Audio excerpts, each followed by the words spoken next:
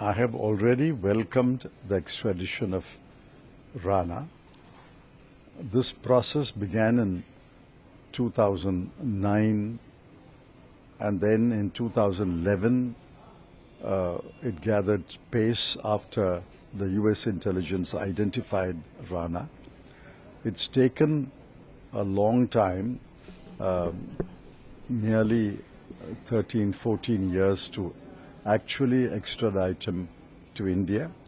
I compliment the External Affairs Ministry and the intelligence agencies and the NIA for successfully bringing Rana back to India after a long and arduous battle.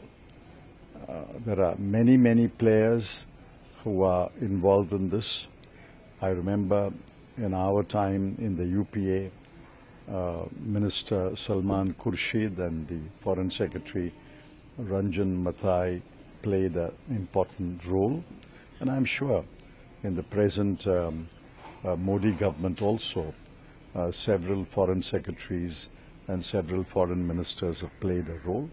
I congratulate all the actors in this long saga who have worked together to successfully extradite Rana. I also thank the United States government, then government and the present government. Congress की सरकार में आतंकवादी हमले होते भी थे और आतंकवादियों को शरण देने वालों को प्रधानमंत्री के निवास पर बुलाकर, कार्यालयों में बुलाकर मिलाया जाता था। ये तस्वीरें किसी से छिपी नहीं हैं। और यहाँ तक कि कमज़ोर सरकार 10 साल तक जब केंद्र में रही तो एक के बाद दूसरे आतंकवादी हमले भारत पे बढ़ते गए। नरेंद्र मोदी जी की सरकार में जांच एजेंसियों को खुली छूट दी गई, पूरा समर्थन दिया गया। अपनी सेनाओं को भी आतंकवादियों को और उनके ठिकानों को ध्वस्त करने के लिए खुली छूट दी गई। सर्जिकल स्ट्राइक भी हुई तो मोदी सरकार में, एयर स्ट्राइक हुई तो मोदी सरकार में, और ऐसे आतंकवादियों को अमेरिका से वापस हिंदुस्तान लाने का काम भी, तो अव्वर राणा जैसे लोगों को लाने का काम किया तो मोदी सरकार ने किया। और जो बम धमाकों में शामिल लोग थे उनको फांसी के तख्ते तक पहुंचाने का काम भी मोदी सरकार में ही हुआ है।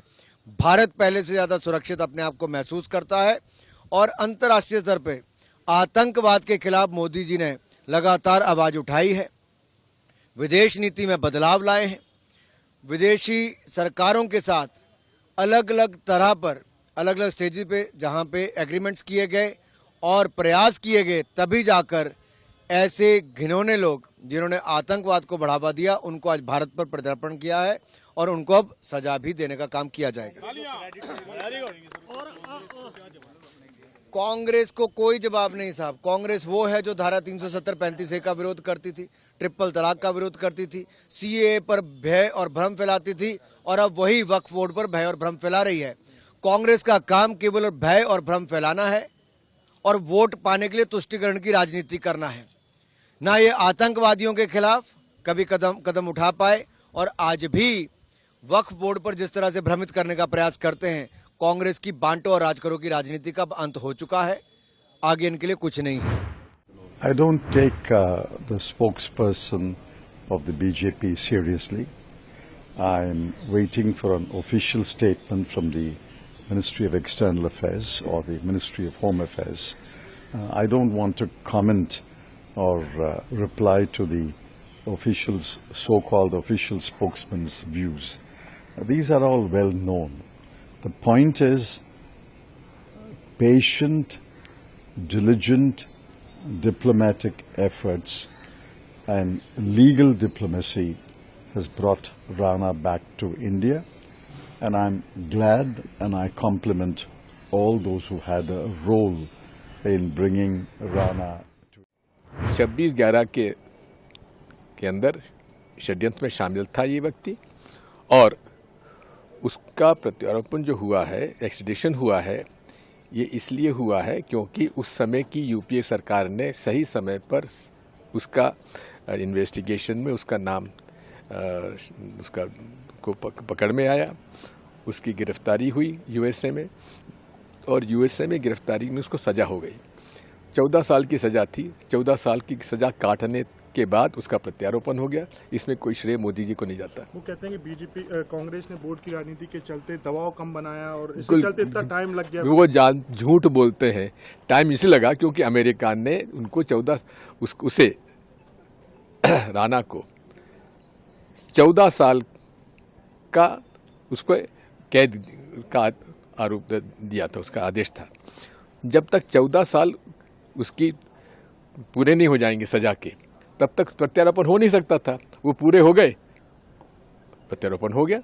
इसकी शुरुआत तो कांग्रेस पार्टी ने की थी और तत्कालीन गृह मंत्री जी चिदम्बरम जी का विस्तृत बयान है, आप जरा कांग्रेस पार्टी का उसको भी पढ़ लिया करो। देवेंद्र फडणवीस आप भी पढ़ लो। कांग्रेस पार्टी का जो अप्रोच है टेररिज्म के बारे में, ये चिदम्बरम जी ने आज बहुत ही वोसिफरसली कहा है कि हमने कोशिश शुरू किया था, अभी वो फल दिया है। मैं उनको यही कहना चाहता हूं, ये दिग्विजय सिंह जी ने कहा था पाकिस्तान के हाथ 26/11 में नहीं है। इन लोगों ने पाकिस्तान को क्लीन चिट दिया था, उनको बार बार राज्यसभा लाया गया। अगर उनका ओपिनियन कांग्रेस पार्टी नहीं मानते तो क्यों लाया गया? कांग्रेस पार्टी का 10 वर्ष मुख्यमंत्री थे, जनरल सेक्रेटरी थे। यूपीए कालखंड में बहुत ही प्रमुख मंत्री थे दिग्विजय सिंह, उन्होंने आरएसएस के ऊपर आरोप किया था। पाकिस्तान को एक तरह क्लीन चिट था वो।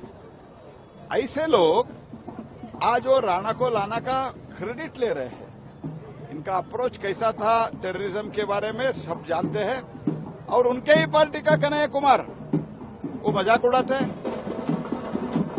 Congress party let them sit, उनको क्या स्ट्रेटजी अपना चाहिए कम से कम वो डिसाइड करके बाद में बात करे। एक एक व्यक्ति एक एक जैसा बात करे। मैंने ऑलरेडी कहा हूं 21 में, 22 में, 23 में हमने पेट्रोलियम प्रोडक्ट्स का इंक्लूडिंग पेट्रोल डीजल हमने दाम घटाया है। मोदी सरकार, उससे पहले कांग्रेस आते ही मैं एक बात कहना चाहता हूं, almost all commodities from death and birth certificate to garbage tax, every water tax, everything they have increased. Road tax, electricity, bus charge, everything they have increased. Whereas BJP has increased 50 rupees.